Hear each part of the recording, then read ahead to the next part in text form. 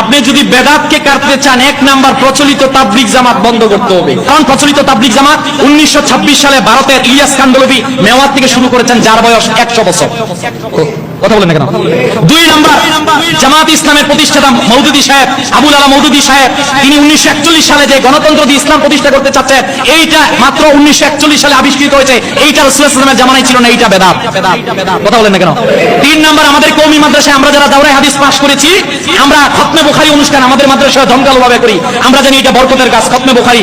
এই খতমে বুখারীর কোন অনুষ্ঠান রাসূলুল্লাহ সাল্লাল্লাহু আলাইহি ওয়াসাল্লামের জামানায় ছিল না, এইটাও বেদাত। কথা বলেন না কেন?